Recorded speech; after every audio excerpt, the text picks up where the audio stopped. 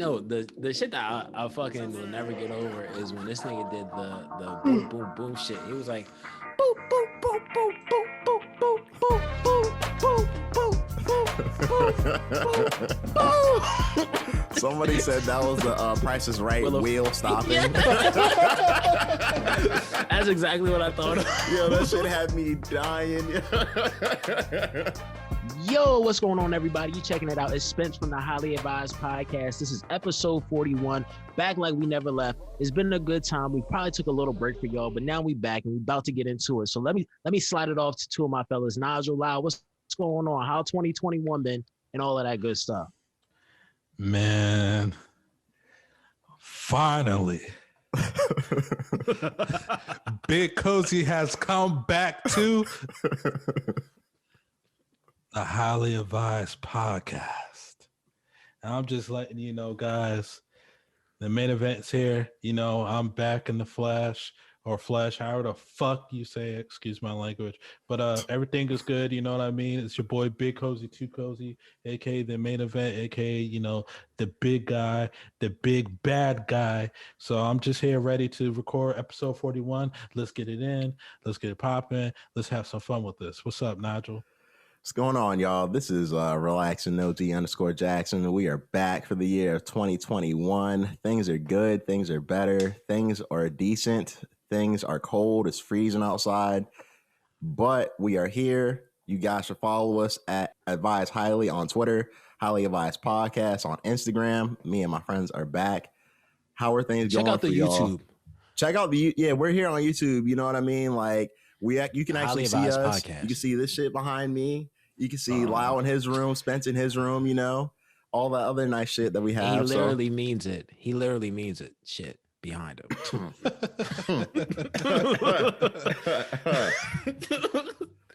I know that loss is still sinking in, man. That little salt in the wound probably still. Look, I'm not a fair weather fan, man. I'm here, you know, like until we get back to the Super Bowl. That's it. Okay. Let me find out you was a Patriots fan last year, and now you're rooting for the Bucks. Never in life.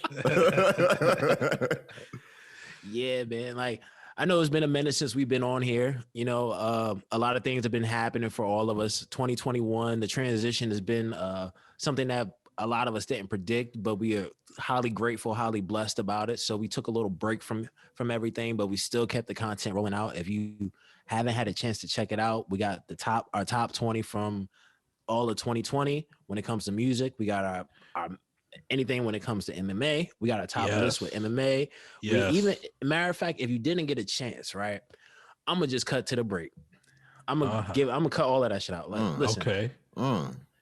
If you didn't check out the 2020 wrap up when it came to the best albums of this year, I'll tell you this much. We put out a review of the Freddie Gibbs album. I'm going to just cut to the chase. I ain't going to say what was number one or number two or top five, but what I am going to tell you, you should definitely check out the review and you'll get a better understanding of like why we got to where we got to. So make sure you guys check that stuff out as well. Yes, sir. You know what I mean? Like, other than that though, like, how's everything been like in terms of this whole progression? With this being the first time us back behind the mics, it's been a minute. It's like, you know what I'm saying? There's no ring rust here for us at least, right? Never any ring rust for us here. Not only that, speaking of ring rust, we actually did the pound for pound list on top of the other things that we did for music while we were gone too. So people, if you aren't into our music content, we understand. We got the MMA content right there on the side, you know. Nah, be into all of it.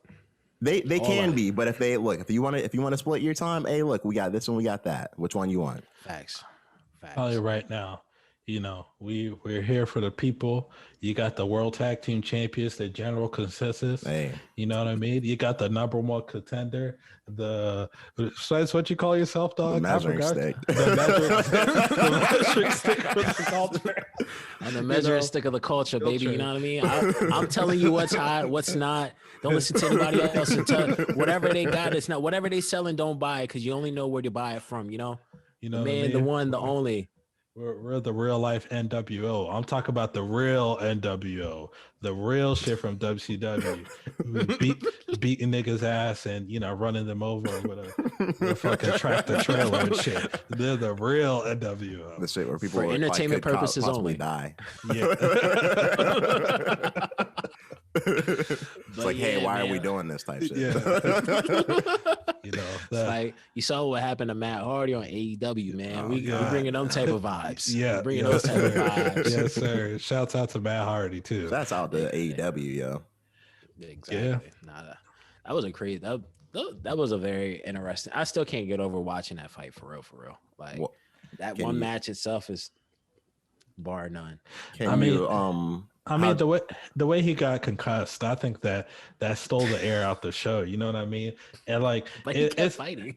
Yeah, he kept fighting. He got concussed. Unlike Conor, man. Conor, when he got concussed, he just stopped fighting. Some people are coming out and saying, Conor looked like he gave up versus him getting knocked out and all that. So for the listeners, Conor McGregor, biggest fighter in the world, far as popularity goes, and he just had a fight recently about 2 Saturdays ago, and he's fighting his I wouldn't say rival, but he was fighting a guy he already knocked out in a minute and 40 some seconds. They had this big pay-per-view main event rematch, UFC 257. You could probably watch the highlights and everything now on YouTube. ESPN probably posted them. And Conor, he was doing all right. He was doing well. Next hill, boom, Dustin Poirier chopped him down with some calf kicks and knocked him out or TKO'd him, whatever. And the social media, the sports world kind of erupted that night because it was a shocking ending result. And then now there's a lot of theories and shit about what happened. And I'm going to come out and just say like, hey man, I was a Conor fan. I was rooting for him, but he got beat fair and square. More power to Dustin Poirier. Dustin Poirier, not only a good fighter, he seems like a really good person.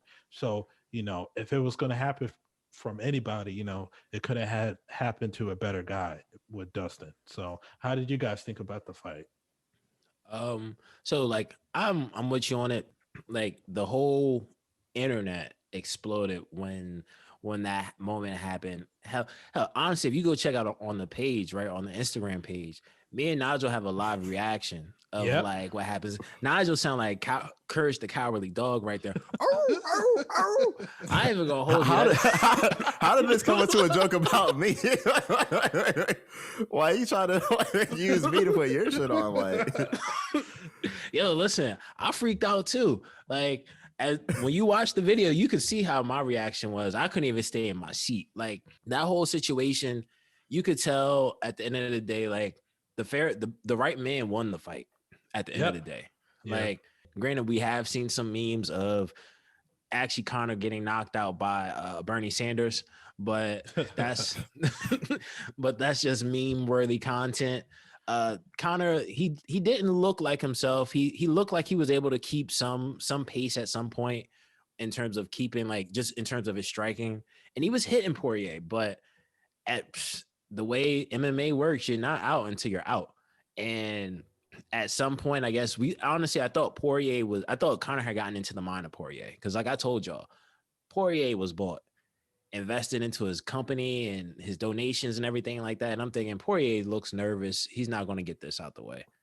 And boy, did he surprise us, man. Like Poirier came through to avenge a loss. And at this point, it has shocked the world along with anybody else. And Conor did blame it on ring rust, but I mean, there's a lot of people that fought last year. So the way I see it is that Poirier was the better guy. I think a few things play into what happened with the fight. I think for Conor McGregor, ring rust does kind of play a part into why he lost, specifically for him, because I think his style is based a lot off of timing. And, he's a good counter puncher. Like, even when he won the belt from Jose Aldo, like, that was off a counter punch. Like, if you notice, his counter strikes are kind of like what he like excels at, So what goes out the window when you're not being consistent with your fights, your timing.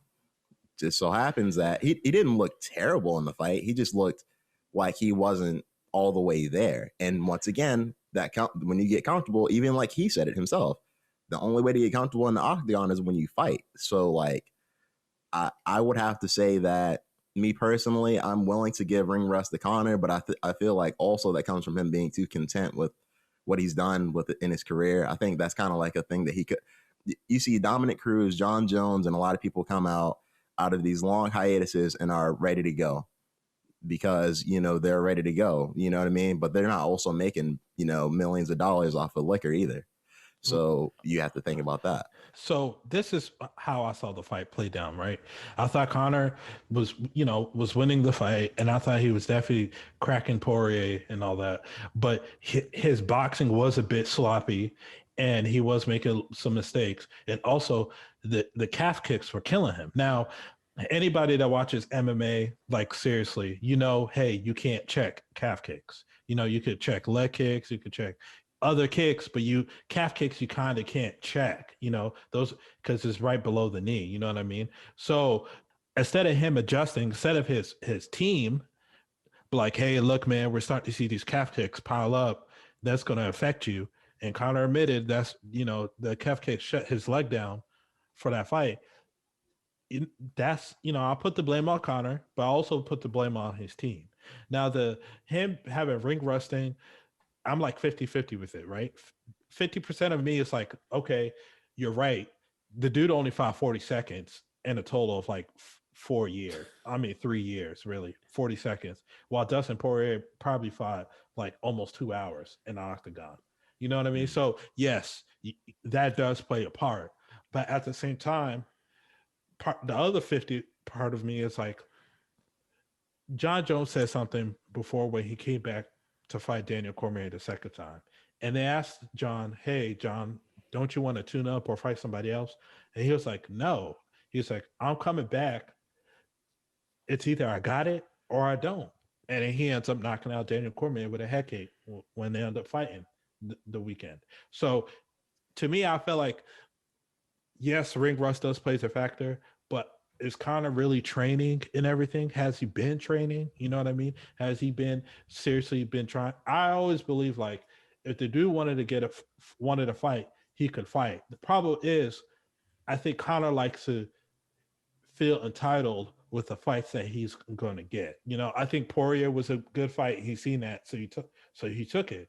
But if you were to offer like Dan Hooker or another lower ranked lightweight to Conor, you would have to argue with him to even look that way, you know. And the dude is a businessman, right? He's kind of like the Floyd of MMA, so he's going to pick and choose what's going to help him sell. But part of that is Conor's fault, and hopefully moving forward, he gets rid of the boxing shit. Hopefully, he just gets rid of boxing from his mind, and he focused forward on training and being better. And hopefully, he could bring a better staff around him. And so this way he can make another run, because if not, then maybe he should think about taking another fight to go out on a win and then never fight again, because now he's with the Sharks. Well, I was going to say, I agree with Lau in terms of like Conor's performance. He was teeing off on him and then he did get caught. But like you said, when it comes to what happens next for Conor, because he could have fought more last year, but financially, like my belief is, because me and I was talking when we were talking about it on the live, like I do think because he's such a high cost ticket that to get him in the ring is still going to cost him too much, right? So with that being said, where he is now it's very questionable to see where he can actually end up moving forward, because you're losing all these fights, you're losing fights. Granted, your last win was against Donald Cerrone, and you're, what is it? I think he's like 1-2 over the past 3 or 4 years. So because he fought Eddie Alvarez in 2016, and then he fought Khabib. Yep. So like you're 1-2 in the past 4 years, pretty much. At this point, I do believe like he's only fighting for money, right? Yeah. Like, and I think if this is, he can blame it on ring rust, and I think that does play some factor. But like they always say, it's hard to get up to go run 10 miles when you're living on when you wake up and sleep on silk sheets at the end of the day. And that lifestyle is not going to change because he's cornered himself into a space where even if he doesn't fight, Proper 12 is always the sponsor. So like I agree where he needs to own, if anything, give him like one more fight, maybe might be able to get 2 fights, depending on if he wins the next one. But don't let it be anything that's like title worthy. I think he just needs to fight like 2 novelty fights and wrap it up. We saw what Floyd even said, like where he just said like, yo, you're not what you think you are. You want to be me, but you're not. You don't have, your skill set isn't proper. No pun intended. Go ahead, Nigel. I know you're trying to get some thoughts off. My bad, man. Go ahead. Yeah, so what I was gonna say is that the fact that his team is even talking about going to boxing in any way, shape, or form is ridiculous to me. Like it makes no sense. Like if his team was looking out for him in the right way, then they would say, hey, let's get back to basics and get you ready for your lightweight title and just go on from there. He's not going back down to featherweight. I think he's too big for that. But it's like all those 170 fights need to stop. Like he needs to be at 155. Yeah. Honestly, he would fight somebody like, I think, me personally, I think the next best fight for Conor is Nate, because you finish out the trilogy and win or loss, you make money, but you can also justify what you do next after that fight. Because if he loses to Nate, then he can fight somebody in the lower lightweights and you can build your way back up. If you beat Nate, then you could possibly fight a contender and then go for the belt, which we all know that's what Conor McGregor wants at this point in time. Because money, of course, he wants money, but it's like if Conor wanted to fight and just get money, he could fight literally anybody. He probably would fight Nate a third time. You know what I mean? So clearly, he is concerned about the belt.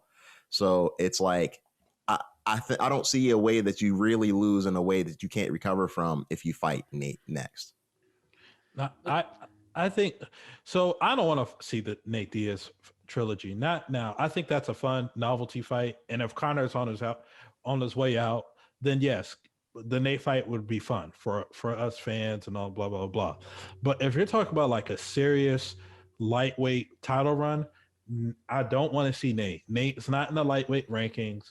Nate has nothing to do with lightweight in the past. Ever since Nate hasn't fought a lightweight in years. You know what I mean? Right. So I have no interest in seeing that. Now, me personally, what I would like Conor to see, if he's going to make a serious run at lightweight again and fix up his problems, I would like him to see maybe fight a Dan Hooker, maybe fight Tony Ferguson. You know what I mean? Fight some of these guys that are coming off losses like him, and start to build that momentum up. You know what I mean? Hell, maybe even fight Justin Gaethje.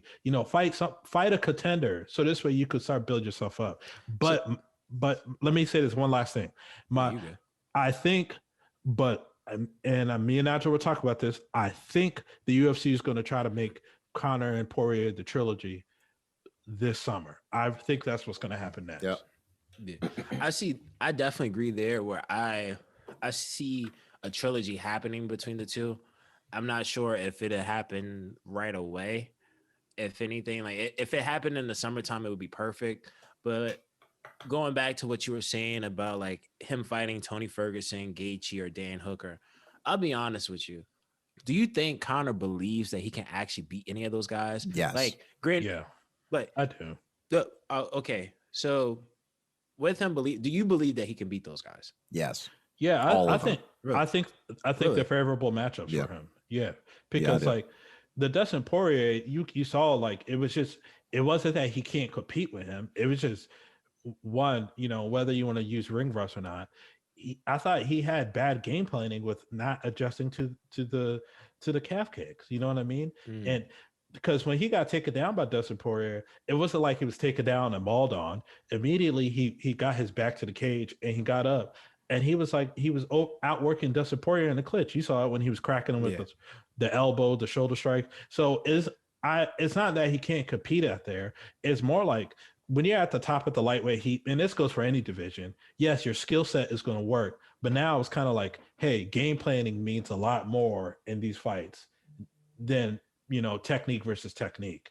And that's how you're going to win these big fights now. Look at Volkanovski versus Max Holloway, and not to be sidetracked, but Volkanovski, he beat Holloway with a game plan. He didn't beat him because he was the better boxer or whatever like that. So I feel like Conor, he needs to, do that karate style he used to fucking do. Just get away from the boxing shit, please. Just stop. before we move on to anything else, can we just talk about that fight with Max Holloway and how he put on the performance of a lifetime? Well, what do you guys think Dustin should do? Let's give Oh, Dustin. yes, you're right. Yeah, You're let's right. finish that out right. that way. I'll let you guys go on that. No, go ahead. You haven't talked yet.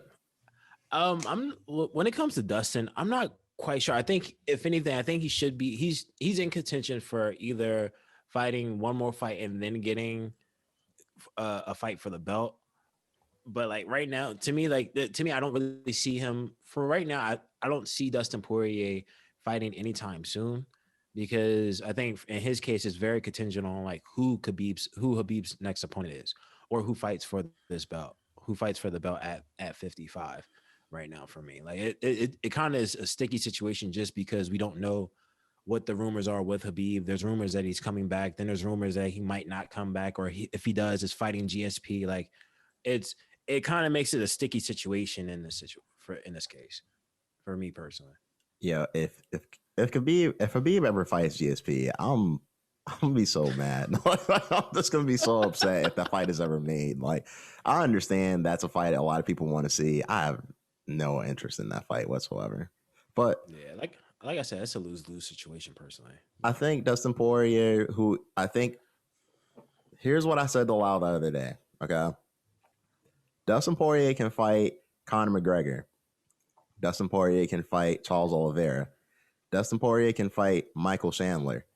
I don't care who Dustin Poirier fights next, as long as it's for the belt. Please get that belt moving. Khabib has essentially said, hey, look, I'm retired. I'm done. He's made it pretty much very clear that he's not interested in fighting. When you're saying, look at them and look at me, just get the belt, move it on. Like, the lightweight belt needs to mean something. And if you have him fight Conor McGregor for all the marbles another time and it's for the belt, all right, cool. Like, you can justify that. You can justify any fight you make with Dustin Poirier as long as it's for the belt. Absolutely. And that's why I look at it that way with Khabib, like, because of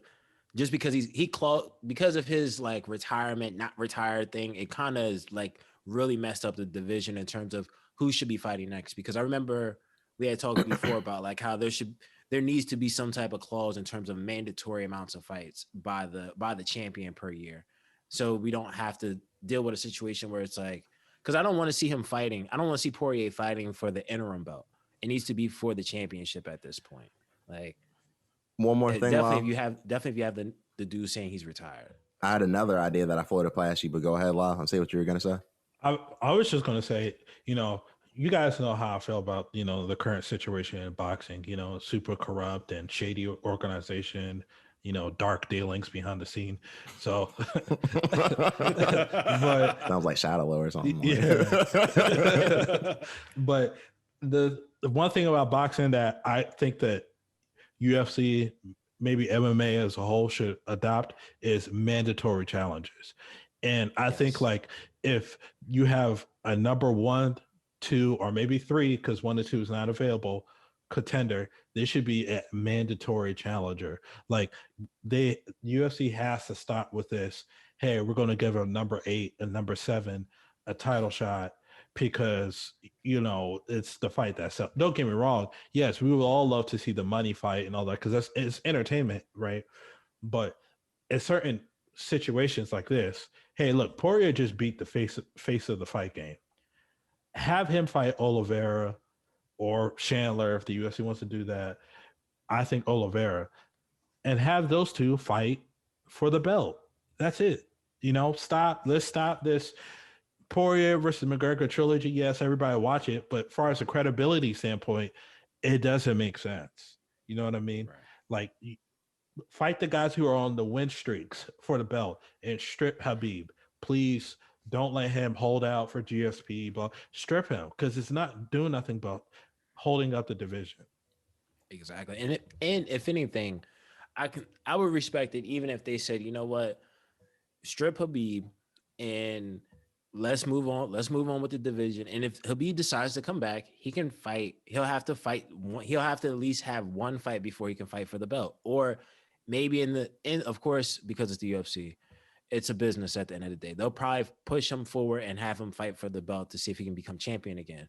I can respect that more of than at this point where you're just holding the division up. Like from a fan's perspective, I get it I understand from a business perspective where it comes from, but when it comes as a fan, I want to see the best fight the best, and I want to see the best fight the best and know who's the king, and whoever should be next in line should be fighting next. Like a lot of this stuff is a lot of the unwritten rules I think have been displaced because of you having these big fighters like the Connors, like the Rondas that sell tickets, and it's like, hey, it doesn't matter who they fight. As long as we get them in the ring, we know we're going to put up numbers. And then you have like Triple C, 4C, whatever he wants to call himself. like when you have that type of fighting going on, don't get me wrong, it's entertaining for the fan and the casual fan especially. But the reality is you're not getting anywhere. Like in terms of the sport, it doesn't push the sport forward in the way based off the foundation of the sport, I'll say. What I was saying aloud the other day was maybe they could possibly make like a tournament like between like Charles Oliveira, Michael Sandler, Poirier, and Connor, and just have them fight. Have like maybe even like 2 other fights with Gaethje and Dan Hooker and whatever, blah blah blah, like some shit. I don't know, but like they could have them fight and then have them fight on one card and then put the winner of those fights for the title on, and essentially make it so like they can fight a third time and it's not a title fight, but it's also them fighting towards something. You know what I mean? As long as the next fight is building towards something, then that's kind of where we're at. Yeah. We got another title fight at the welterweight division soon as well. Yeah. Yeah. Did you want to talk about the Max thing also or not? Nah, we spent a lot of time on Connor. Yeah. Well, all I'll say is I'll just tell people, make sure you go check out the fight with Max Holloway, because he definitely put on a clinic and showed like why he looked like he was in the Matrix that whole fight for the most part. It's one of the best performances I've ever seen. Yeah, hands down. He did his thing. But this weekend coming up, guys, another title fight. Not as a big fight as what we were just talking about, but still a big title fight with one of the guys being in our pound for pound when we talked about it. Right. It's Kamaru Usman versus Gilbert Burns, for the welterweight championship. Just a quick prediction. My prediction is I think Usman is going to keep the belt. I think he's going to win a unanimous decision. He's going to dominate. 100% agree. 100% agree. Definitely will dominate. Like I don't even think there's much to be said. Don't get me wrong.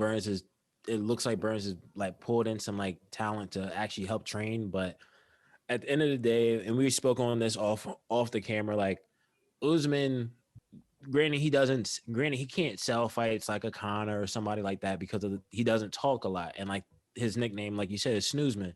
But at the end of the day, I don't see him losing. I don't see him losing to Burns.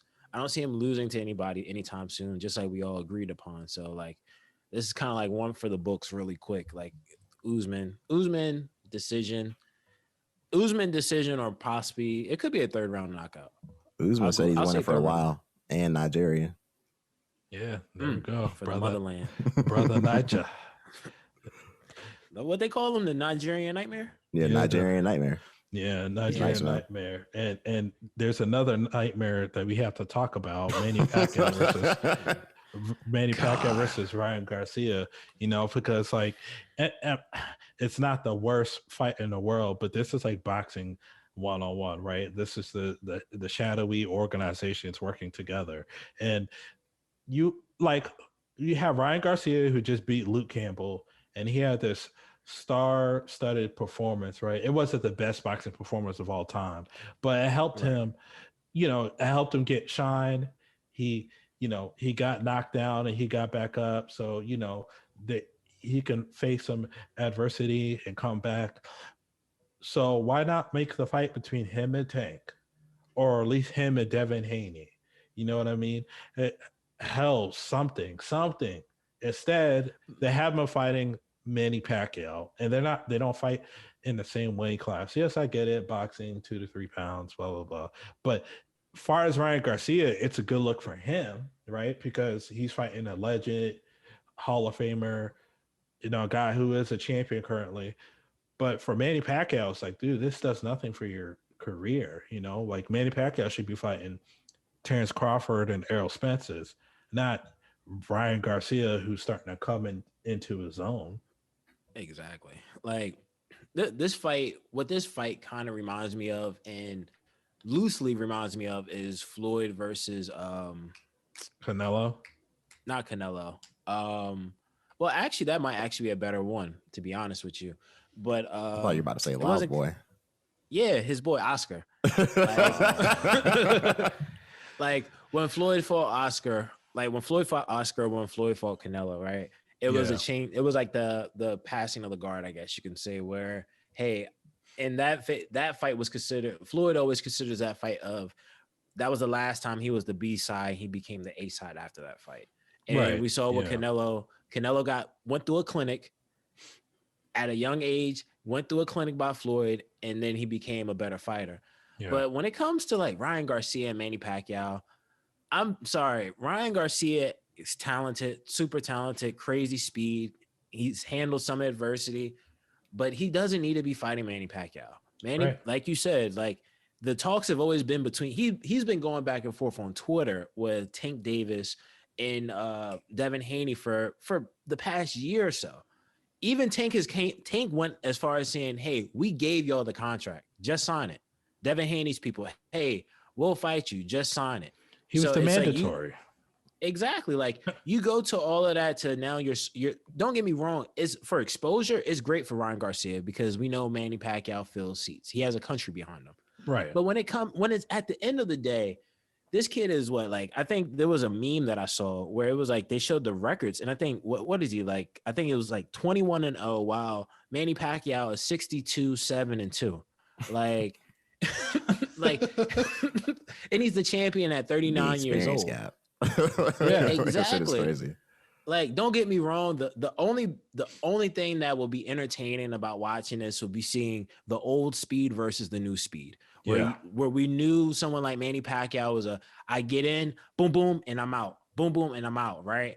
Like, but in Ryan Garcia, we know him. His claim to fame is his speed. Yeah. But I'm sorry, like it's just like we saw with Canelo versus Floyd. At some point, when the body can still move as quick as the mind, or almost as quick as the mind, you're in a tough fight at the end of the day. Ryan Garcia, I predict that he's going to lose this fight. Yep. Manny Pacquiao's got it. And it's probably, honestly, it's going to be damage to Ryan Garcia. It's not going to be as much of a damage to Ryan Garcia because it's Manny Pacquiao, so he can still fight another top fighter. Right. But it's going to lower his leverage, I do believe. It's just a drop of the ball at the end of the day. Like you said, Devin Haney, Tank Davis. Like, there's nothing else to be said. Like, or even what's the bull name? I forget his name. The bull that fought Lomachenko. Teofimo. Yeah. Like, even then with him, I think he's trying to franchise the belt. He's trying to franchise the belt early so he doesn't have to. He can still be the champion and go to a different weight class. Here we go. The shadow dealings of boxing. Yeah, Nigel, have you ever heard of that before? Like, hey, I'm a champion, quote unquote world champion, right? But I could go to the commission, hey, quote unquote franchise me, so this way I can't defend the world title no more. That, like, how corrupt does that sound? I mean, to me, it's pretty fucking lame. Like, I don't like it. I like I said, out of the three of us, I've watched boxing the least. But what I can say is that, like, that fight seemed to be young talent against young talent. Like, the beautiful thing about if Ryan Garcia loses to Tank Davis is that Tank Davis is probably in his prime right now. It's like you lost to somebody who's knocking out a lot of people in their prime. Like, a lot of people are losing to this dude. So if you lose, then you can come back from that. If Manny Pacquiao goes and knocks him out, somebody who is arguably over the hill, then it's like, okay, well, you just lost to old man Manny Pacquiao, and that's it. So it's like, me personally, I mean, it is good for him because Manny Pacquiao is a good name, and that's not to take away from Manny Pacquiao because, you know, Pac-Man's still putting in work. Champion. You know what I mean? But, like, at the same point in time, like, I just think that Tank Davis might be the better fight for him as far as like what he should take at the moment. As far as credibility goes, it's a joke. It's absolutely a joke. They're all scared to let their O go. That they're willing to dip and dodge and fight. These no name steel mine workers to scamming their way to go fight. Right, Yeah. wiping the sweat out of their eyes. Yeah, like begging for a fight. it's just ridiculous, man. Put the pickaxe down and then hop into the ring. Exactly. Just so they could protect their undefeated record. It's ridiculous. But fight anybody. Yeah. Exactly. Know what this reminds me of a lot is because of how much Ryan Garcia has called out so many other fighters via Twitter, social media, trying to hop in like lives and whatever, right? This reminds me of the whole thing, my issue I had with Adesanya calling out John Jones, right? Where, hey, I want to fight you. You're scared to fight me. You're scared to fight me, which the same thing Ryan Garcia did with Tank Davis. And what happens when it's like, yo, well, go up there, go up 205 and fight John. I need like a year or two. Give me a little bit of time. Yeah. And like, of course, because of the politics with boxing, you can mask it by saying, oh, because Manny Pacquiao is a champion, I'm going to fight Manny instead for the belt. I'm going to go up and fight Manny for the belt instead of fighting the people I'm calling out. Because at the end of the day, it just buys him time. At the end of the day, it buys him time because he's younger. I think Ryan Garcia is only 21, 22. Him, Devin Haney's around the same age. There was another kid, but I think he ended up getting in some trouble, like outside the ring. But you're just buying time. Like, don't get me wrong. Tank Davis is what, 26, 27? Yeah. He's like in his physical prime. Like, you doing this, this just reminds me of the whole thing with Adesanya, where you're just giving it off like, yo, I want to fight you, but I'm going to go fight this old dude real quick. If I lose, he's still a champion. He's considered probably one of the greatest boxers of all time. So it's not as bad of a blemish on my record. But like, these guys got to stop holding on to this and like take a loss. Like, don't get me wrong. If I feel like this, if you are the best, if you are the greatest that you think you are, if you think because you are undefeated, you deserve to keep an O behind your name, behind those 2 numbers or those 3 numbers, if you ever get to that point, like, you have fought the best. You have fought the best. You've been tested. You're war ready. But you can't tell me you're war ready and saying like, nah, I'm picking my fights. Like Mike Tyson said on the Cannabis song, right back in the day. He's like, we warriors. Either we go in and we come out, or we don't come out at all. Like, and granted, like Tyson was probably like on something at the time, but like, it's just that right there. Like, go in and fight. Like, go in and fight the best, and that's it. Like, we wouldn't even have a bad conversation about Ryan Garcia right now if this wasn't the case. Yeah, and Lyle, go ahead and say what you're going to say real quick. No, I was just ready to start talking about other shit, man. Because when you start talking about corrupt boxing so long, you start to become corrupt yourself. So, well, I think that in a case where it does make sense for old talent to face off against new talent, we got the GOAT. I'm just going to call him the GOAT at this point in time. The best quarterback ever go against the young GOAT, baby GOAT, Patrick Mahomes.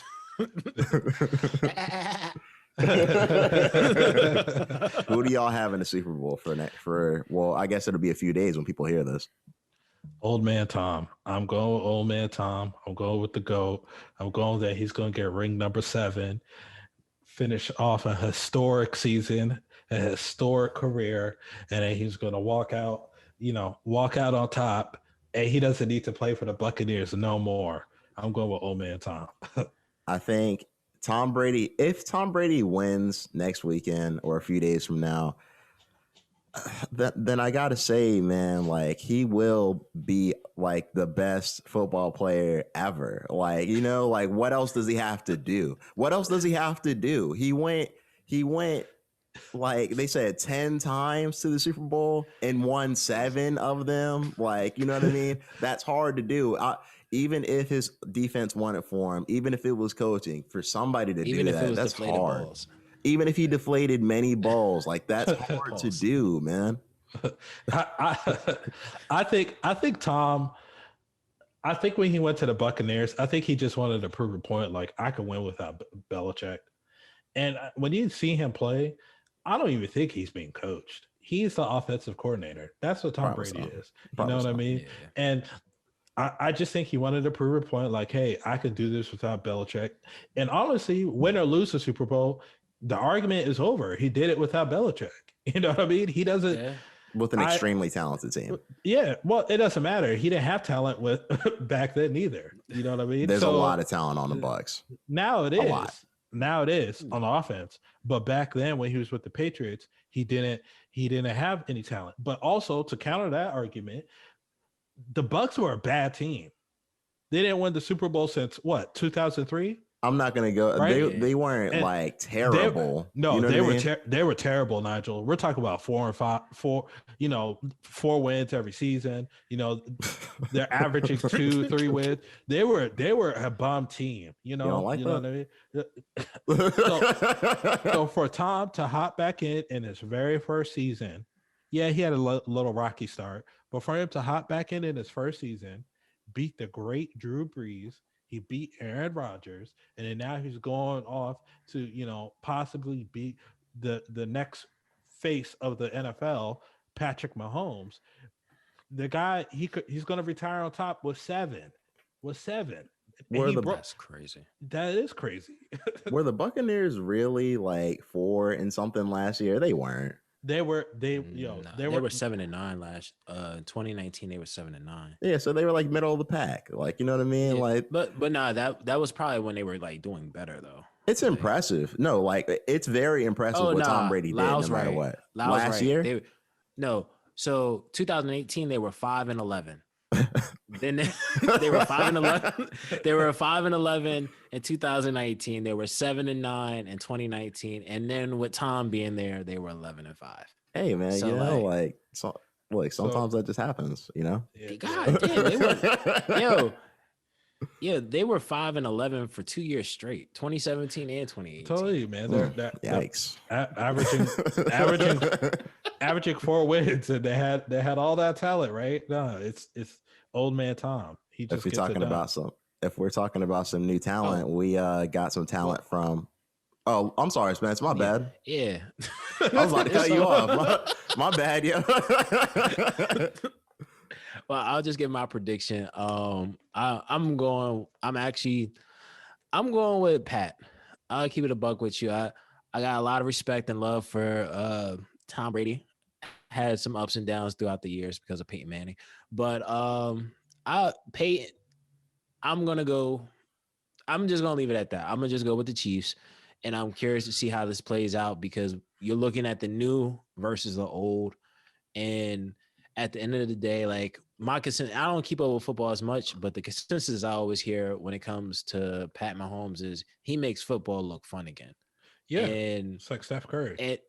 Exactly, and we're going to see what that looks like against arguably the greatest quarterback of all times, one of the greatest minds of all times in the sport. So I'm gonna just leave it at that.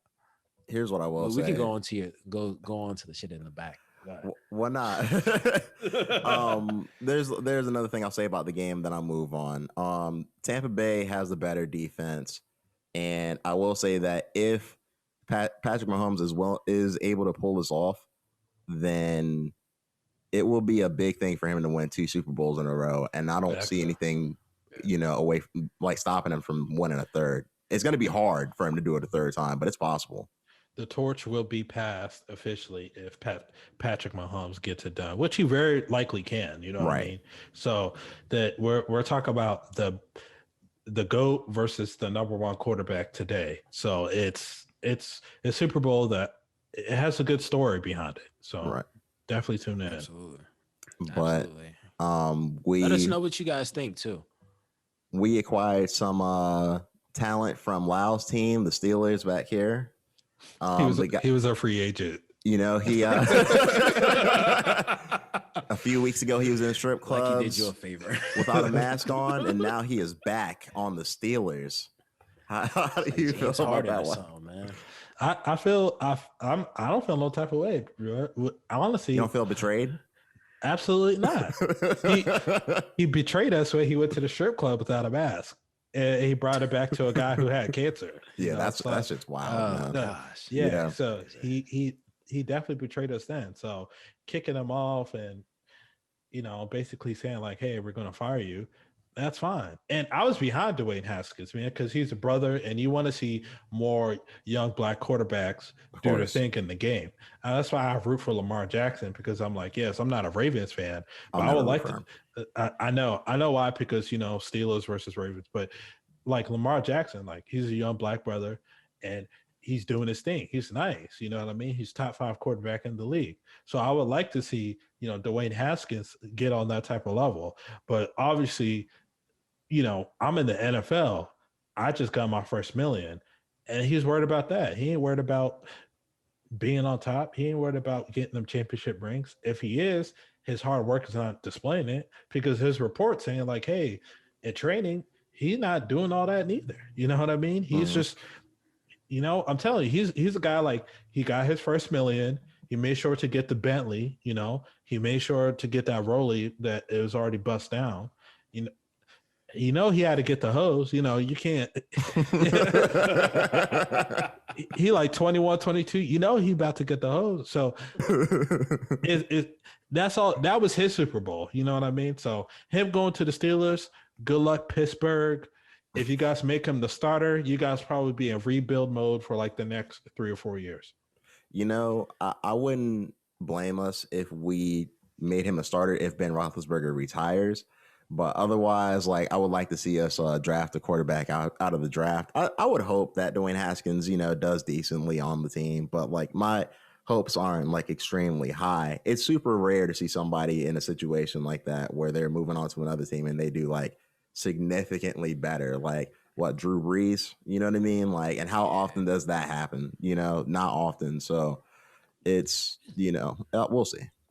Yeah, it has I don't really have an opinion on it. All I'll say is like when it comes to like players doing better, like when they move to another place, it a lot of times it deals with like the coaching and the establishment. Like, who knows, maybe he might be like a J.R. Smith, where when you put him in a city, if he plays for a city where there's nightclubs, he doesn't perform well.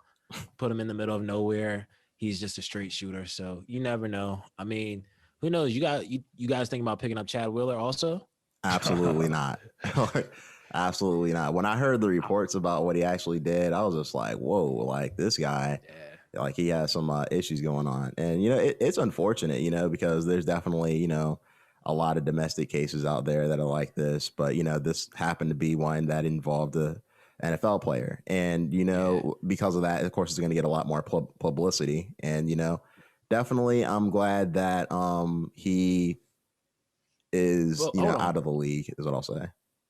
Yeah, I was gonna say, well, hold on. I was gonna say, let's let the people know exactly, for anybody that doesn't know about Chad Wheeler. Well, go ahead. So recently, earlier this week, I guess his wife, I believe it was. I think so. Was it his wife? Like, I thought it was like his wife, girlfriend or some shit. His lady, I'll put it that way. His lady, him and his lady. Apparently, his lady, the photos came out of his lady, not him and his lady, but photos came out of his lady, face swelled up and everything, and come to find out it was from a domestic violence issue between Chad Wheeler and his wife or girlfriend or whatever his lady is to him. Hopefully it's his ex at this point. But yeah, unfortunately, it was just very horrifying seeing like the pictures that we saw. And I know a lot wasn't happening initially. It was just kind of like pictures floating around. And it seems like through the power of social media, because a lot of people brought in a lot of other issues from other athletes within the NFL where something like this has happened and they've been fired immediately or put on suspension immediately, and nothing was said about Chad. Right, exactly. Darius Geis, he was on your team last year. Wow. Yeah, exactly. So like you having, and we're not going to go too deep into as to why, but like you look up all these players, you look up everything, you'll understand why social media was so outraged. But there was a lot of outrage going on about between him and his domestic violence situation. And I'm not going to say it's just because of social media. that it pressured the Seahawks to release him, but he was released shortly after the heightened news because of social media. So I just want to just clarify that for the listeners real quick. Yeah, I think that the Seahawks releasing him, obviously it was the right move.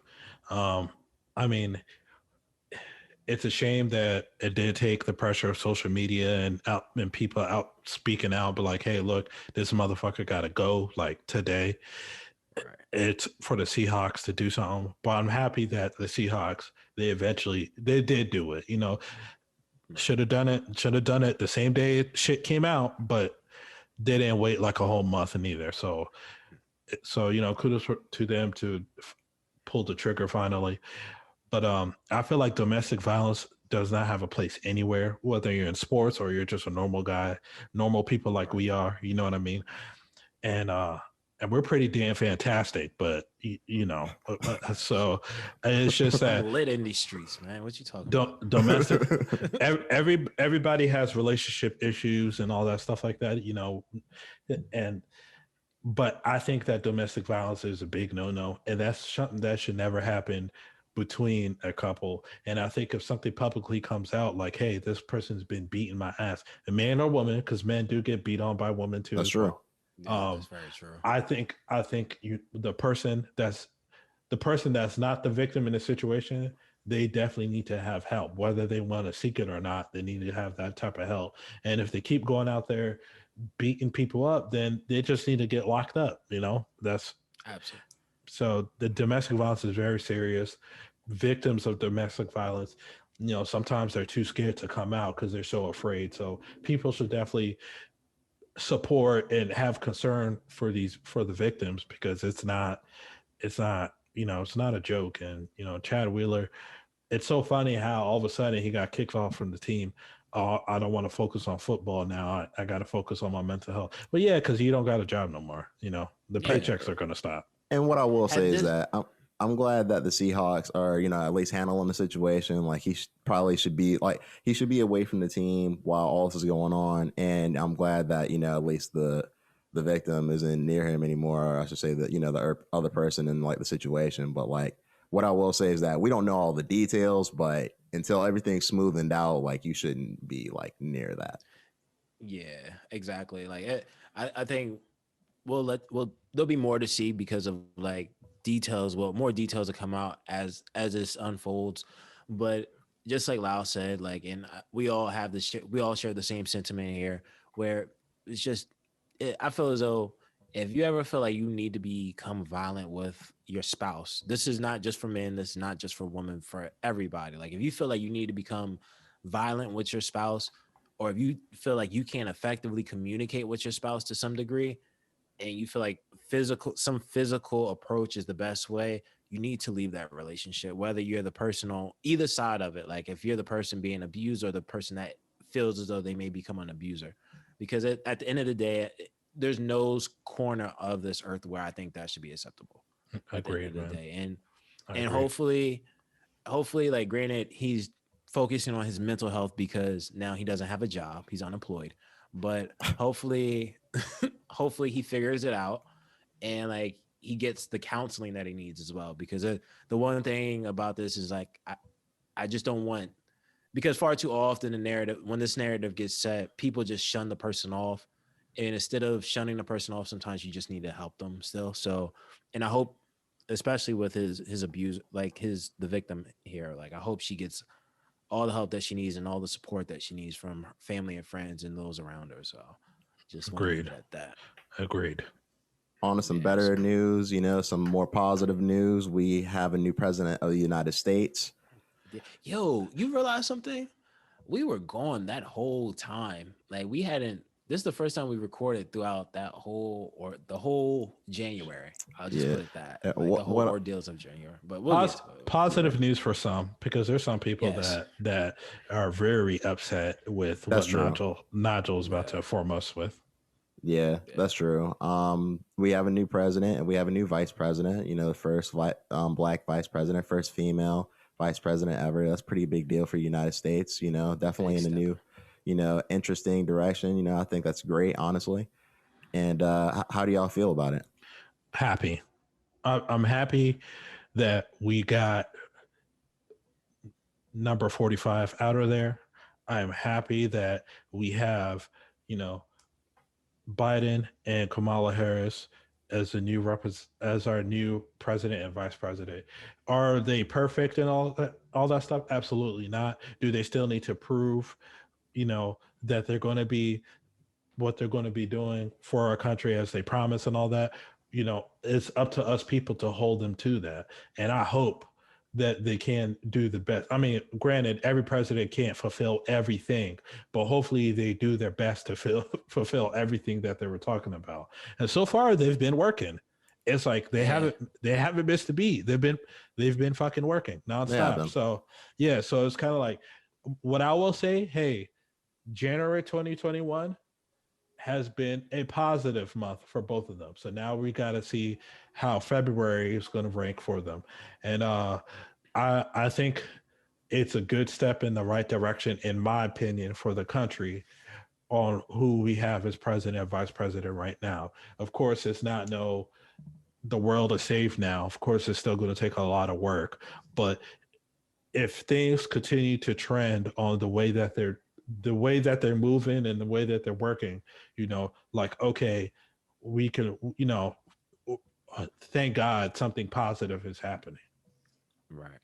Absolutely. Like, I mean, I think, like you said, like I saw a meme or a tweet actually where they said, ever since Joe's been in office, it seems like he hasn't slept a wink, because he's been going on executive order after executive order, day after day, week after week since he's been in office.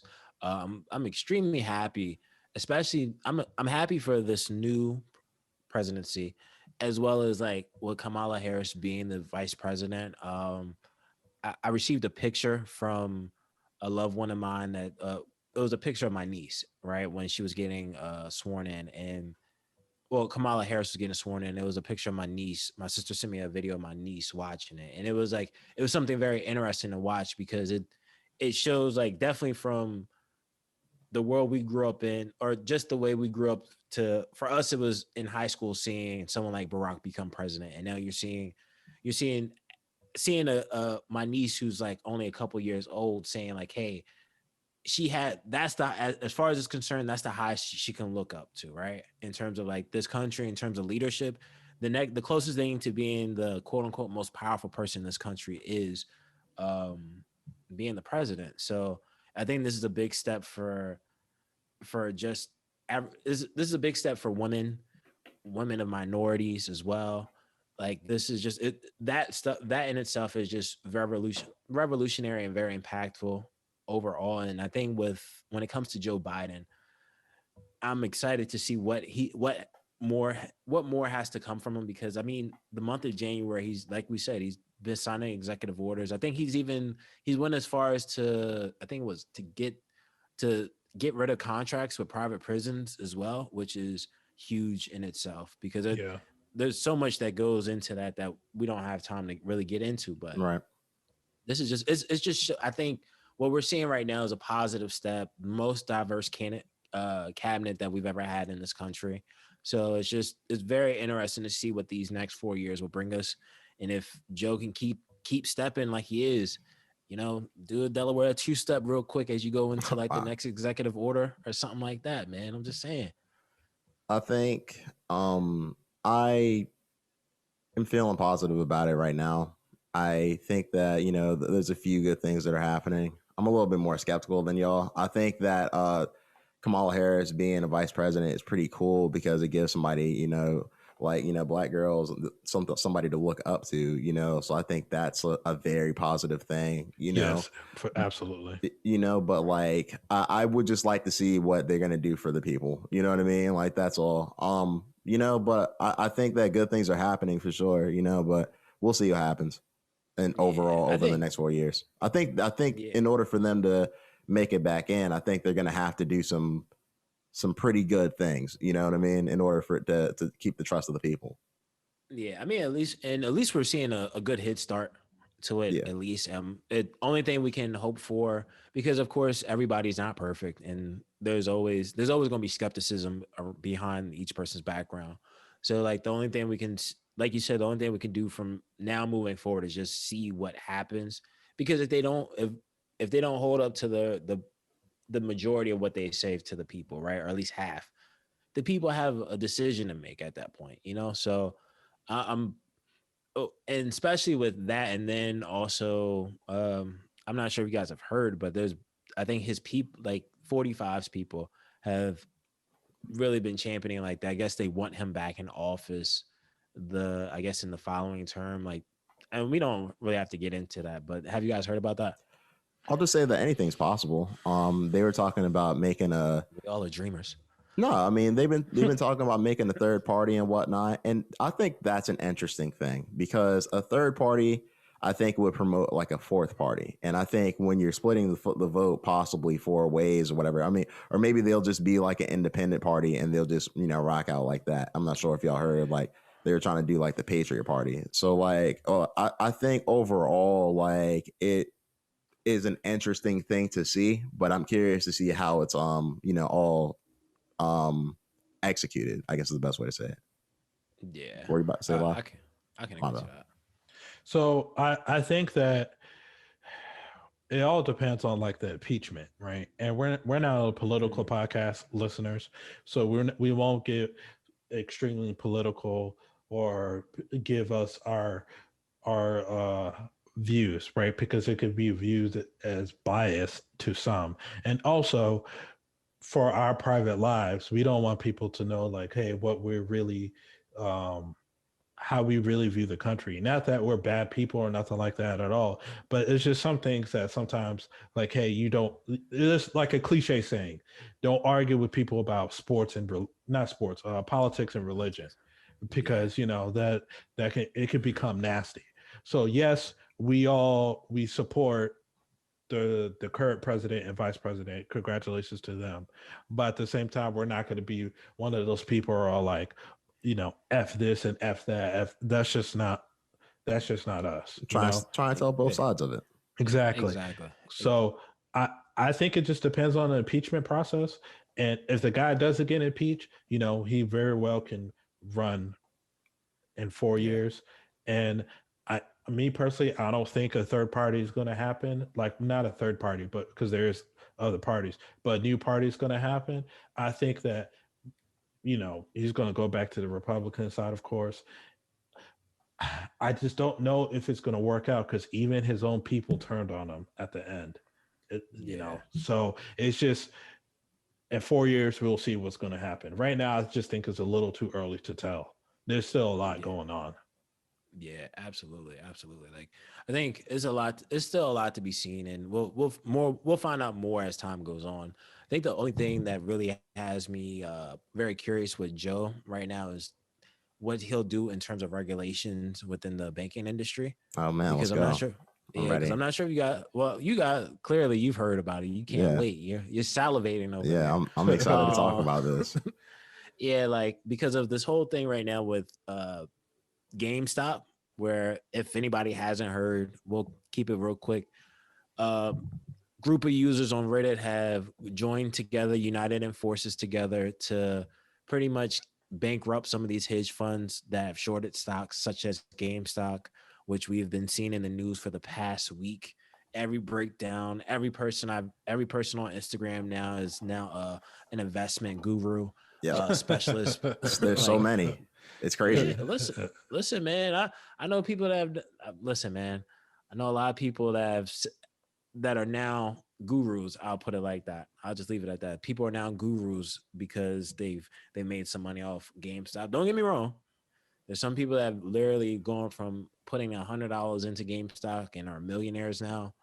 But I mean, I'm very curious. I'll just leave it at that. Like that, just to let people know. Like I'd rather hear your opinion because I know Nigel's salivating. So go for it. Yeah, so I'm interested because I was thinking about the situation. I played with the stock market a little bit here and there, and I was just thinking as to these companies that are losing money from their investments or their shorts in the the market, and they are trying to take it out, and eventually, well, they've been losing a lot of money, and I'm assuming the people who are invested in these these companies that are, losing like millions and billions of dollars are also millions and billion heirs. You know what I mean?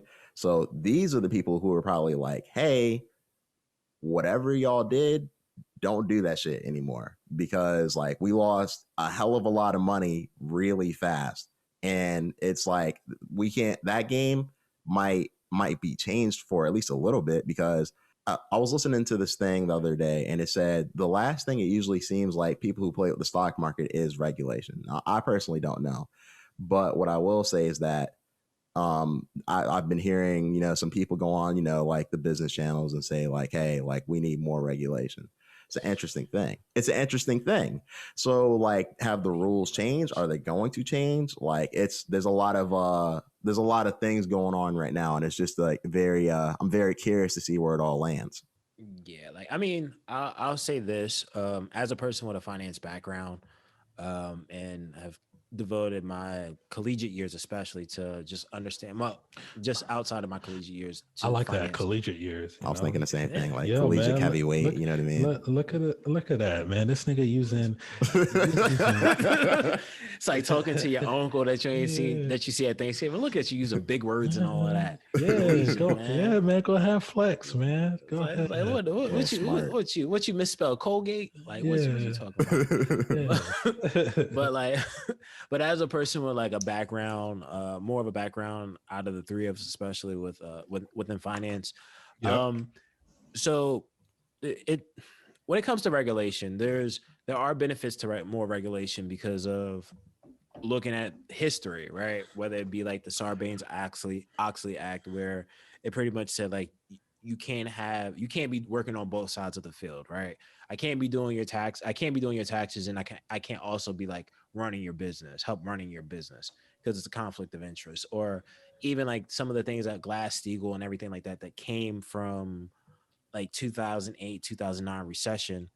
Regulation has a benefit, but in this situation, it's very interesting to see how it works, because typically regulation is pretty much to not, I guess you could say to some extent, discipline, but like give more structure and discipline to like these financial firms, right?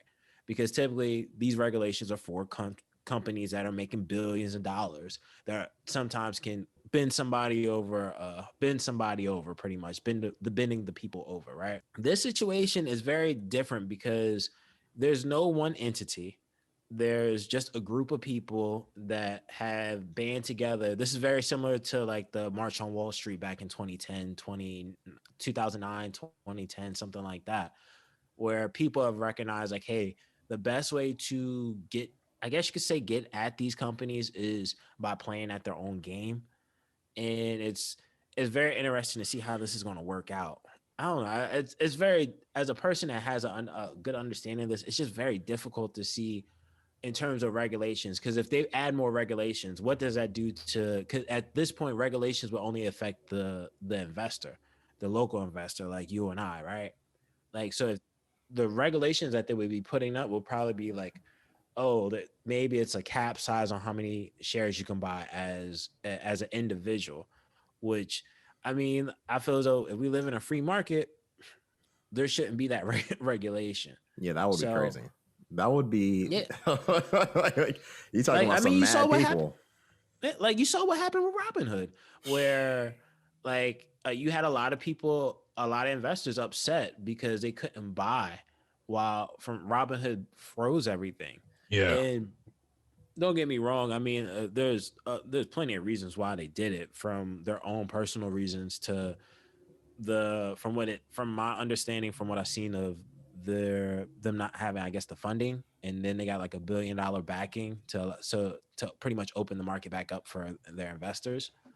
But it's just going to be very interesting how this works, because in a digital age that we live in, what would you possibly do to regulate now? Like, to regulate is only going to hurt us, not hurt the big companies, which regulation typically is to help even the playing field, so people like regular people don't have to get screwed over like they did back in 2008 because of the housing bubble. Yep, I agree with that. And I just, coming from somebody who started like seriously getting into the game of investing last year, and that was through the influence from both of you gentlemen. I was getting excited like a lot of people, but at the same time, I'm looking at it from a different standpoint. I was looking at it as kind of like, okay, even though this is booming and stuff like right now, it is wishful thinking to think like, hey, I'm going to be rich overnight with this stuff. Right. Because one, you're going to have like what Spence was explaining. You know, you're going to have these regulations come down. You're going to have these people come down. You know, hedge funds and whatnot. Hey, we can't have these folks, you know, getting like this. So with me, I think this situation is definitely a big situation to talk about. But with me, I wasn't like over the board excited. It's something that's going to affect the rest of the year, in my opinion. But at the same time, for the people who got to become fly by night millionaires with the situation, you know, kudos to you. Hopefully you keep your money. But for the people who's looking to be fly by night millionaires, you know, it's not going to happen. In my opinion, it's not going to happen. Yeah, it's not it. You don't get me wrong. You can make some money. You can make a good amount of money off of like investing, but Yeah, the type of people that are the investors that are getting drawn into this are just people that don't understand what's going on right.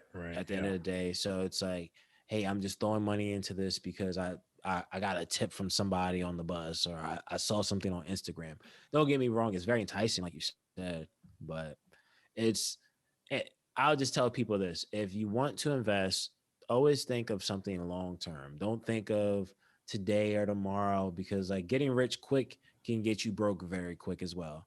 Yeah. What I'll say is people do your research because like I do my research when I invest and be a smart investor. You don't want to end up being broke. That's all. Because like while there are going to be some people who get broke off of this, there's going to be a lot of people who get rich off of this. And you want to be on one side of the spectrum and not the other. You know what I mean? There's a lot of people right now who are investing their time and money into Clubhouse. Like that's more time than money. I mean, but apparently, it's one of those things that are really taking up, taking over the, I guess, social media market. Who would have thought that Clubhouse would, come to rise? And there's been a lot of talk about a lot of these social media outlets trying to, create chat rooms and things in like the same fashion as Clubhouse. But it seems like Clubhouse is holding its own for the moment. We'll find out more. We'll find out more as time goes on. I think with that because like I know Twitter has opened up something called Twitter Spaces, something like that. Like it may be the same as when Instagram put stories on their platform. Yep. But like right now, like with Clubhouse, they are killing it. I think they're like at what, like 2 million people a week. They're valued at what, $1 billion. This is something. I think this is one of the few times we get to see it from its inception and what it can grow into at like after growing through the other social platforms through the years. Like seeing how they're valued at $1 billion at this point, and it's primarily from like the culture that has like really springboard them into this point right now. I don't know. It's very interesting to see how something like this grows so quickly, but I don't know. We'll find out more. I think we'll find out more based off how people use it. I think Clubhouse is I think it's pretty cool though. Like the fact that is evaluated as at $1 billion. Shouts out to the person that can cash out from that. But I think Clubhouse, I don't have the app personally, but I think that it's kind of like with other apps. At first, it's not really like, remember TikTok? TikTok a few years ago, people looked at it as like, oh, it's one of these joke apps. Now it's like one of the biggest fucking apps in the world today. So Clubhouse has the potential to be that big. You know what I mean?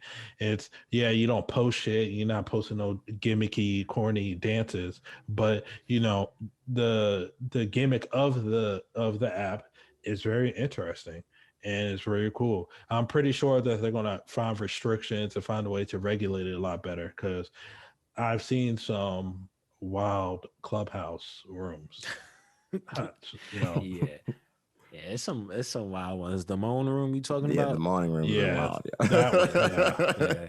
That joint is crazy. I Yeah. actually seen I seen something last night. I was in my car. I went to this taco spot, but there was, I guess, this guy that's running for mayor in New York. It was him, Steve Stout, Terry Crews, and a couple other big name artists. And he was actually doing his campaign in this room of like why he's trying, his plans are in terms of running for mayor, and why he should become mayor of New York City. So like you have those positives as well. So like it is one of those interesting platforms where when you have politicians saying like, hey, this is this could be my immediate connection to the people, and having a conversation with the people and panels to some extent. It's very interesting. Like I'm curious to see how Clubhouse actually do at the more we step out of the pandemic and go back to some sense of normalcy, but only the Lord knows how long that'll be. So What I saw was the new episodes of WandaVision that came out on Disney Plus recently. I know me and Lau have been conversating back and forth about that, talking about as to what's going on in the show. what I'm not familiar with the show. What's Wonder Vision? WandaVision is a new show that's on Disney Plus recently. It's one of the more newer releases since the pandemic that has to do with like the whole Avengers and whatnot and what's going on. It's been a slow burn of a show until the recent episode, and me and Lau were kind of conversating back and forth about that. Yeah, I have to check it out. it, so here's my thing about WandaVision. I don't think it's the greatest show. Disney Plus, they put out The Mandalorian, which has basically been carrying that streaming platform on its back. Yep. Mandalorian is a phenomenal show. I recommend anybody to watch it. And no, you don't need to know what's going on in Star Wars, for you to watch it. It's like a spinoff show. So when they came out with WandaVision, which is like the first Marvel show,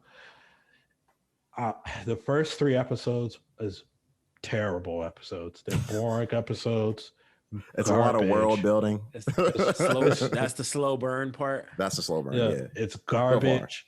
I was telling Nigel and a few other people, I'm like, yo, if this next episode is not good and it's more of the same, I'm done. I will not watch the show ever again. And I'll just watch Such a hard stance. Like. I'll just watch what people have to say about it, but I'm not watching the show. Episode 4 comes out. Episode 4 is the complete opposite of the first 3 episodes. Great show, great episode. They explain a lot and they leave room for potential for more things to go on. It has me interested to watch episode 5. Thank God they saved it because I was done. So, letting the listeners know, if you haven't watched WandaVision yet, I'm not going to tell you to skip the first 3 episodes, but please realize the first 3 episodes are jokes. They're piece of shit episodes. Episode 4, just skip to episode 4 because it explains everything in the first 3 episodes. Nah, don't do that, because in order for it to actually feel like it actually matters, you have to watch the first 3 episodes. You know what I mean? Fair enough. But first 3 episodes are extremely trash. They're slow. They're extremely slow. They have like the humor of the times that they're, portrayed to be in, which is like, like the 70s, like 60s type sitcom. So if you like watching that for the first 3 episodes, be ready, because you're going to get a lot of like that. But if you want to watch an actual show, then yes, like episode 4 is when it starts to get interesting. I might just stick with Lupin then. I might just watch. I heard Lupin's nice. What is that about? And it's all right. So it's hard to explain without giving away the show. But long story short, it's about a guy that is just a mastermind. I'll put it that way. He's a mastermind at what he knows how to get what he wants in some extent. But it's very interesting. It's hard to explain without giving the show away. He shows through his ability to think so far forward that he can get to pretty much anything. Pretty much. It's a very great show. It had me hooked from like the first 5 minutes, and I ended up watching the whole season in like a day. I would highly advise it. It is one of those Are you highly advising things? Yes, always highly advising. I'm advised highly to advise y'all. Oh, okay. So that's how it works, man. So like I highly advise people to watch Lupin while y'all highly advise people to watch episode 4 of WandaVision I know or The Slow Burn. you've been highly advising me to listen to Lil Durk's new album, and I Boy. haven't. And I think I'm going to take out some time to listen to that and some other new music that we've been talking about in the group chats, The Voice, and we'll get to some other things down the line. Listen, man, like Durk, like, because it's a deluxe, right? But like I definitely say like this album, like Durk's album is really good, but it's just the content that he's putting out, and I think he's formulated a style and sound for himself that is like his own fingerprint. And just as much as you guys may not be a fan of it or we've had conversations about it before, like at the end of the day, like this guy's I think he's at what 5 billion streams at this point. Earlier this week I saw where he hit like 5 billion streams. So it's clearly an indicator that like he is part of like that upper class of that next generation. Yeah, so here's the thing with Lil Durk. I think he is going to be there's going to be a upper class, as Spence mentioned. He's going to be part of that tier where like, the Lil Babies and stuff like that. Now, I like Lil Baby. Shouts out to Lil Baby. I don't like Lil Durk's music. I started listening to The Voice and I'm like, this is just not for me. I just think the hardcore auto-tune rapping thing, it's very hard to listen to for a whole album's worth, right? A song here, a song there. Hell, maybe you're just playing a few songs. That's cool. But when you're talking about you got 24 songs and it's high pitch auto tune. How'd it sound? About to sample that. I was gonna say we're gonna save that for another. That's definitely gonna be hard in another episode. High pitch auto tune and all that stuff. It's just it kills me. It kills me because I'm like, all right, what they're rapping about. It's not bad stuff that they're rapping about, right? They're talking about the pain and struggle that they dealt with from the hood and all that stuff. And then, they do talk about stunting and flexing as well.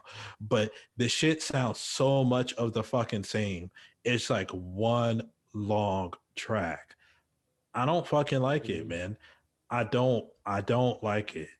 I wish Lil Durk would go back to him actually rapping. I wish he actually does do that, because he's done it in the past, and I'm pretty sure he's capable of doing it. He's doing he's doing what's making him successful, where the money's going, and fair play to him, more power to him. But just for me, I'm not going to listen to it, man. I'm just not. I'm not going to say Lil Durk is trash or nothing like that. I just don't like his music right now. I just don't. I wish he went back to really rapping, and that's it. The autotune shit kills me, man. I think I'm going to give it a listen at the gym this week, and I'll have a verdict as to how I feel next week on the podcast for everybody.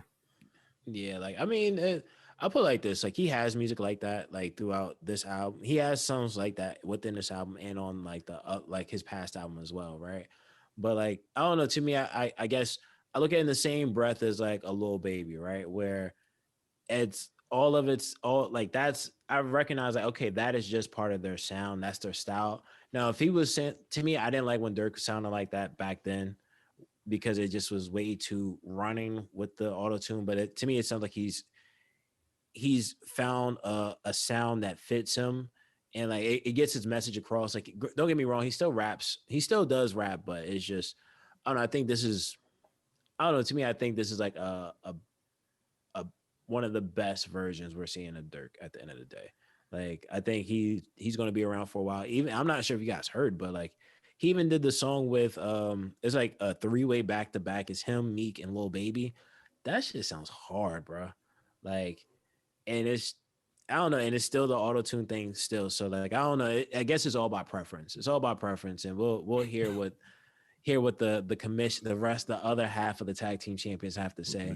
But at the end of the day, never forget who the measuring stick of the culture is. Hey, man, never forget who's actually the world champions, who actually climbed to the top of mountains and had the women, want to ride Space Mountain. I'm telling you, when Ric Flair's talk about, limousine, jet flying, that's us because we're currently doing it. G5, G6, all that. All that.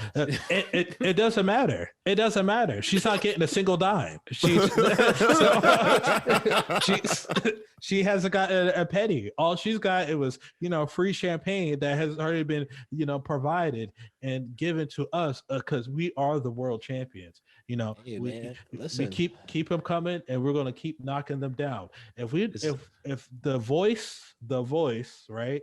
Because that's something that you're promoting your product. If this was Shark Tank, I'd be out. So I'm telling you right now that I'm not saying Lil Durk is trash. I don't want to say he's trash because I don't think he's a bad artist. That is just the auto-tune stuff, man, that right now is just killing me so much. Maybe because a lot of artists sound similar. Maybe if Lil Durk was just he was just something that standing out from a pack, cool. But you can't tell me you cut on Lil Durk, you cut on Lil Baby, you might cut on another little out of NBA YoungBoy. You can't tell me they're not gonna have songs that might sound similar. And it's not, of course. And that's the problem that I have with the auto-tune rap shit. That's the biggest problem that I have with it. Like, you're not listening to like, come on, stop, man. Like, like, when are we gonna like rap? But I mean, that's just I respect me. your decision. I respect your opinion. Yeah, I'm not gonna, I don't want to say he's trash because I don't think he's a trash or a bad artist. And I actually think that right now he's the most popular artist out of Chicago. So yeah, that's for absolutely. Sure. But it's just that's my take on The Voice. I'll just being that you use Shark Tank as an example, right? Okay. I'll just leave this and we'll move on. Never forget that Mark Cuban passed up on the ring light. So on the ring in terms of like the doorbell thing. So like lost billions of dollars. So like we'll just move on past that. So like since 99 though, right? So what was I didn't listen to it, but like how's your feelings on like since 99? Like so comedic actor turned rapper. Damn, it sounds like straight hate. But it's the truth though. It's comedic. Let it. No. I mean, he's right though. I mean, we're not listening to him for like a serious perspective, right? And no disrespect to him, right? Because he's the one out there making the money off the music, and we're talking about it. So, but I'm not listening to Since 99 because I'm like, yo, we're talking about album of the year. We're listening to him to see like, okay, what can we, is it entertaining or is it something that we can laugh at? Right? Sure. It's not bad Lil B shit, but it's not like quality top shelf shit neither. He's not a top tier rapper, but he's an entertaining rapper. Like he can actually rap and put some flows together. You know what I mean? That is for sure. Right, but I think his project, right, just from my first listen, and I actually listened to it last night, I was just thinking like, look, man, I mean, I wouldn't be like, yo, go listen to this.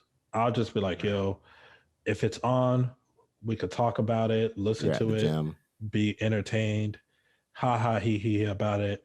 But I'm not gonna be like, yo, that's Since 99, nigga. Y'all, you need to turn him on.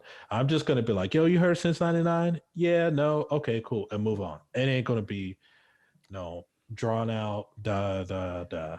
Yeah. The only reason why we're mentioning him is because he's one of the new releases that just came out. That's it. That shit, man. He's entertaining, though. DMV, so I respect that. Shouts out to all the DMV. Shouts out to all the DMV rappers. Probably 70% of them are real trappers, real killers. unlike the majority of the pussy ass rap game. That's on the mainstream level. All the majority of the DMV rappers, they're really in the hood and all that stuff. I like rappers who really rap about the stuff that they're actually doing. It's very authentic. That's why I'm a fan of Gucci Mane. Listen, all I'm gonna say is because I actually be walking outside and stuff. If someone ever is like, "Yo, ain't you the guy from that podcast that called all of us?" Like, I'm like, "Yo, listen, I'll FaceTime him right now." All right. Yeah. he's not saying where people fall in the 70 to 30. He's just saying that a lot of people fall in that 70%. Yeah, and yeah, you're right. Nigel hit the nail on the head. I didn't specifically say who. You know what I mean? I know. I'm just, but I'm messing I'm with like, you, man. but I'm letting you know. 70%. I'm telling you. Well, I mean, come on. You know that every rapper is rapping about what. No, definitely. Yeah, but it No just squares in your circle, right? So that's reference to the next project that just dropped release.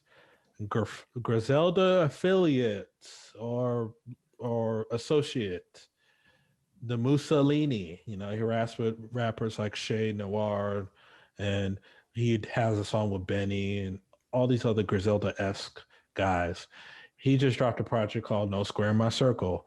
I told Nigel, I'm like, he would be like the New York version of Currency, right? So he doesn't rap like Currency because they're from two different regions of the countries and areas. But so he has that New York style, like Griselda-esque style. But the beat selection is dope. It's kind of like the 70s pimp type shit. You know what I mean? Yeah. So he's you know, he's cool. I recommend anybody that if they just want something to chill to, if you're into you know, relaxing, there you go. That's something to. What do you know? You know somebody who's into relaxing OG_Jackson. Who would have thought? That's crazy. Yeah, aka whole lot of money, aka Guapo Jackson. Big Jackson, man. Everything Jacksons, man. You ain't got no 50s, just Jacksons in your pocket, right? You already know, man. Come on, man. The people just don't know yet. That's all. Carry that fire. So for everybody that was that's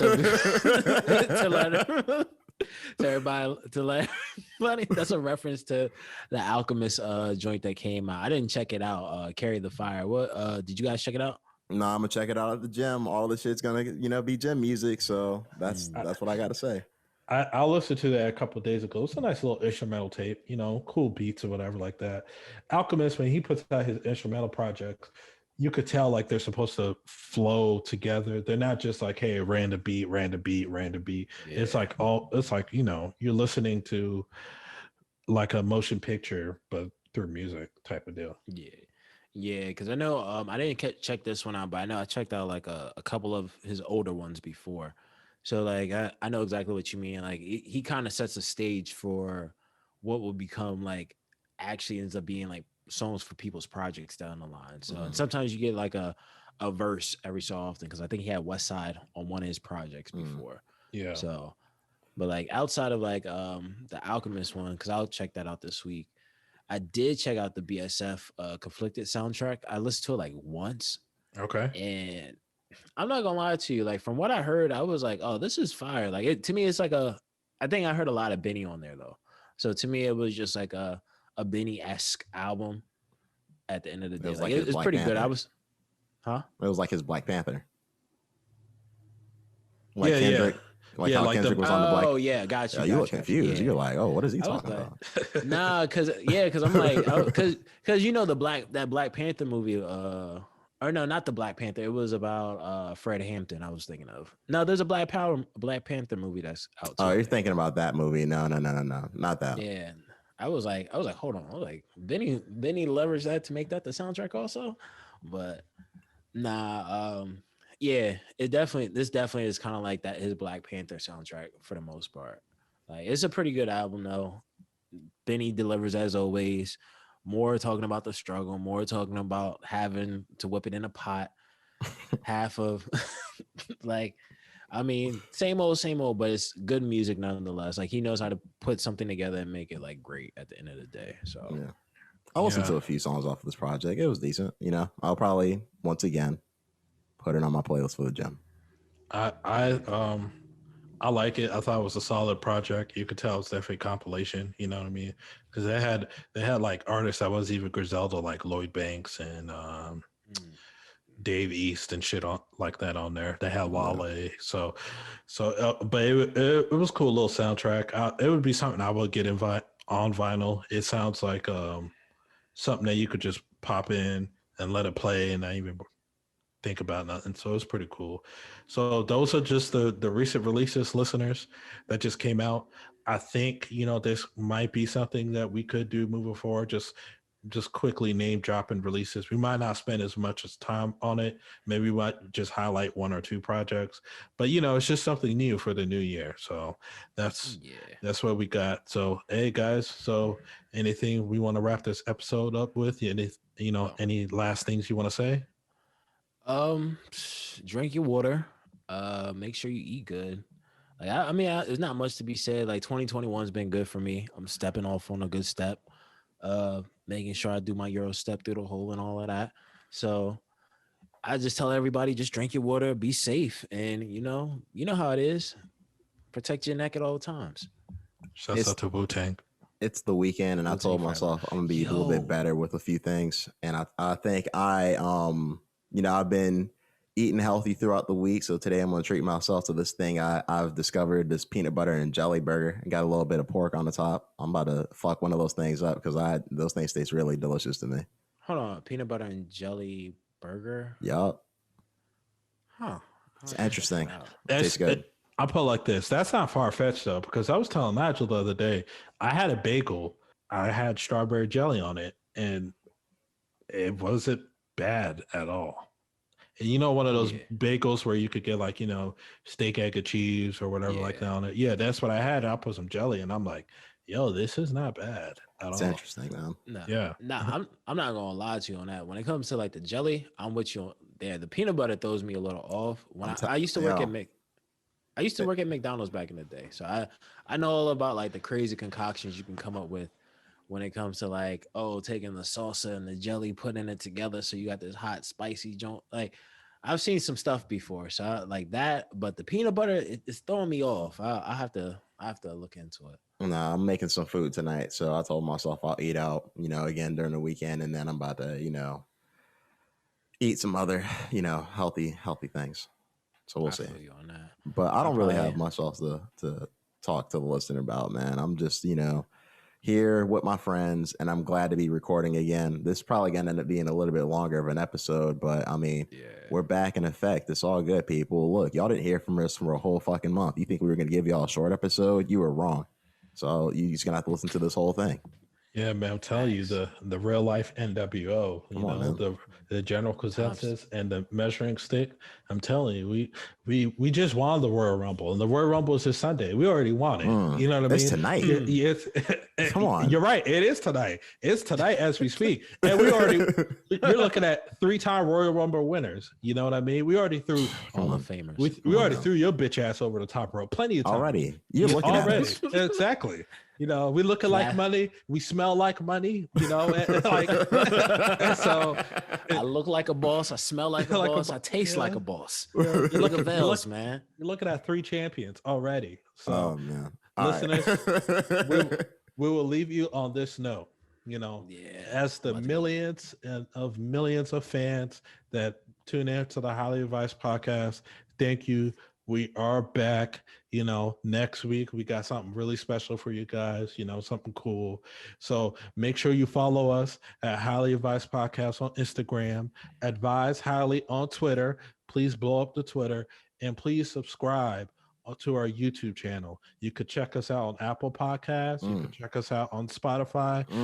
Where else could they check us out at, guys? Everywhere.